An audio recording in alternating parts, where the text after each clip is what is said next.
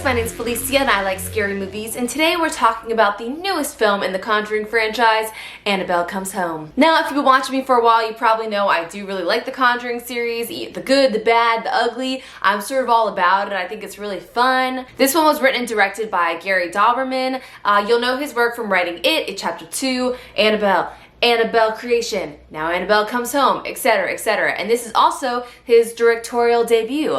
Congrats, Gary. James Wan was a big producer on this film and also has a story by writing credit. And from pictures on the internet, I could see that he was there on set a lot, so he was probably a bit of a guiding hand for Gary and for the crew, which is really cool. I like that he stays involved with the franchise that he created. So as the title says, Annabelle Comes Home. So basically, the Warrens bring the Annabelle doll back to their house. They lock it in a very secure church class case, and then the babysitter comes over to watch their daughter Judy. So blah blah, we have the Warrens at the beginning of the film, we have them at the end of the film, but the main bulk of this movie is about three girls. We have Judy, the Warrens' daughter, her babysitter, Mary Ellen, and the babysitter's friend, Daniela. As you remember from the other Conjuring movies, the Warrens have a very spooky basement full of very spooky objects, like cursed monkey clap things. What are those called? The toy monkeys that have the little symbols. Anyways, they have haunted little jewelry boxes and suits of armor and wedding dresses and the Annabelle doll, etc., etc.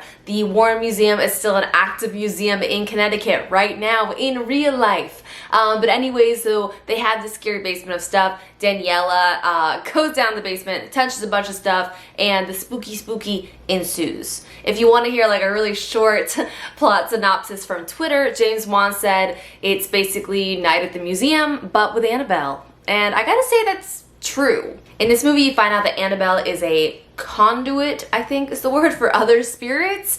And so when she is released, all the other spooky things in the room can become really active. And while we're here, I'm gonna go ahead and give you my favorite line from the movie. So Judy, the daughter, looks at Daniela and she says, "What did you touch?" And Daniela just goes, "Everything." And I was like, girl, that's so me. Like, tell me not to touch a haunted cabinet and I have to do a casual walk by and I like sort of barely touch the haunted cabinet. I don't know why. Museums are hard for me too. Anyways, what did I like? I thought it was a really fun movie. It's very much a don't go in there horror movie where you're sitting there and you're watching it and you're just like, don't go in there, don't open that door, don't touch that. And like, that's really fun for me. I love supernatural horror and I really enjoy these sort of movies where you're like really like following the character on this like spooky journey. Like, it's just really fun. I also like that you do get the Warrens in this Conjuring movie. You have a little bit of Patrick Wilson, a little bit of Vera Farmiga, which is just really nice to sort of like bring back the franchise together, especially before The Conjuring 3 comes out. And also, I just want to say, I like the actors a lot. Like, these three girls are such a good trio. You have McKenna Grace, who plays Judy, the Warrens' daughter,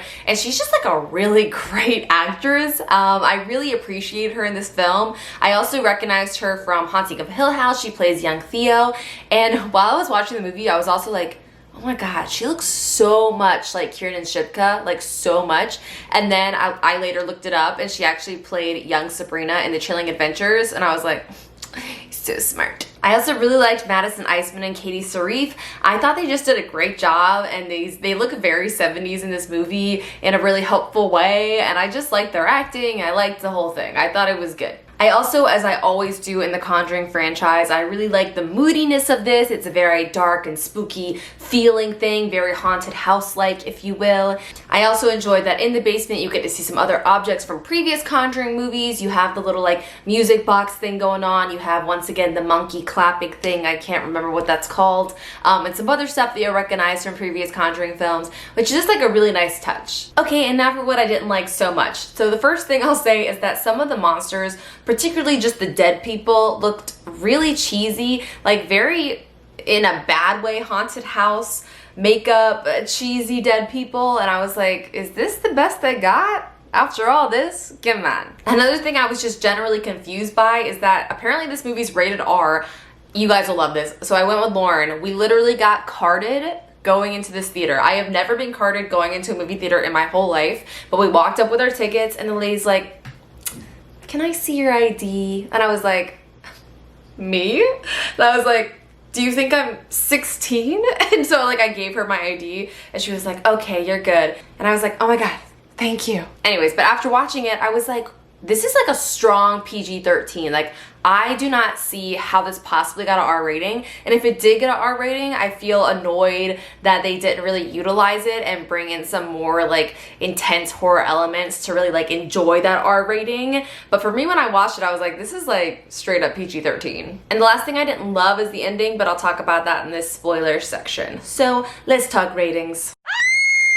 The scare for me gets a 2. There are some fun jump scares that definitely got me and had me be like, boo! I also had a few glasses of wine before this movie, but some jump scares definitely got me, but yeah, not really a terrifying film. The gore, a 1.5. Maybe I just have a bad memory, but it just like not enough for an R rating, like not that much gore. The cheese gets a 2 because I can't forgive this line. I can't forgive this one line that they say 2 times in the movie, which is, the evil has been contained.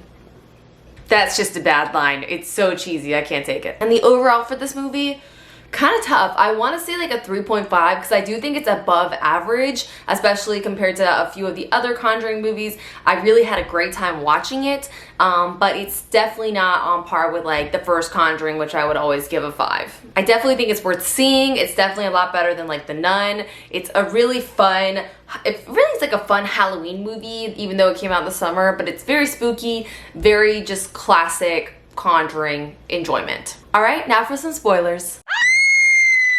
My favorite sort of image of the movie is when they have this board game and sort of like shit hits the fan at this point and they have all these hands coming out of this board game. It is a very cool image I had not seen before. Also, this is random, but Laura and I were laughing at like this. So basically Danielle gets possessed at a certain point and the babysitter turns on a projector that has a video of the Warrens like doing an exorcism and she's like sees it and like that exorcises the demon out of her, and it's just hilarious that this like weak ass demon could be like ruined by a projection, but it did look pretty cool imagery wise, so like it's chill, but I just thought it was really funny. And one more thing I'll talk about is just the ending. I just thought the ending was like a little bit too tied in a bow, if you will. It was very much like, okay, we put the doll back in the case, everything's fine, the Warrens come home, and Vera Farmiga's like,